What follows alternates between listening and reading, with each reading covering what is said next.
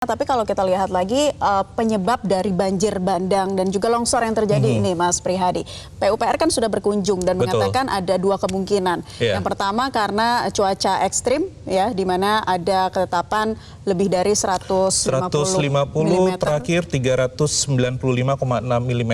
Itu berlaku terjadi dalam 12 jam. Itu yang disampaikan oleh Kalak BPBD kemarin, Pak Rudi. Baik, itu terkait cuaca ekstrim. Ada juga terkait dengan illegal logging atau penebangan liar seperti itu. Nah, potensi kemungkinan yang terjadi ini lebih besar ke arah mana sih, Mas Prihadi?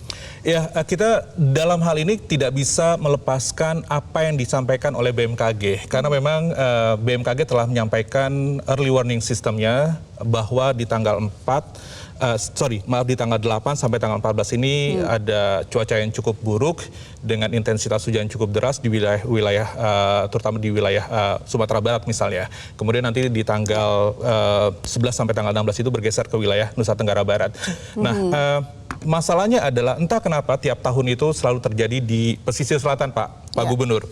Di bulan Mei mungkin refresh me if I'm wrong atau correct me if I'm wrong, Pak Gubernur, itu bulan Mei di tahun 2023, kemudian November di tahun 2022. Entah kenapa menjadi pesisir selatan itu yang menjadi pusat bencana di Sumatera Barat seperti itu. Mungkin kalau di tahun 2021 juga terjadi bencana serupa dan ada indikasi adanya, ya kita tidak akan pernah tahu bahwa mungkin ada penebangan hutan atau illegal logging seperti itu, ada indikasi-indikasi seperti itu. Tapi kalau misalkan bencana itu kerap terjadi di satu wilayah dan tiap tahun itu terjadi, mungkin kita bisa juga harus mengkritisi apa yang menjadi sumber utama bencana banjir itu terjadi.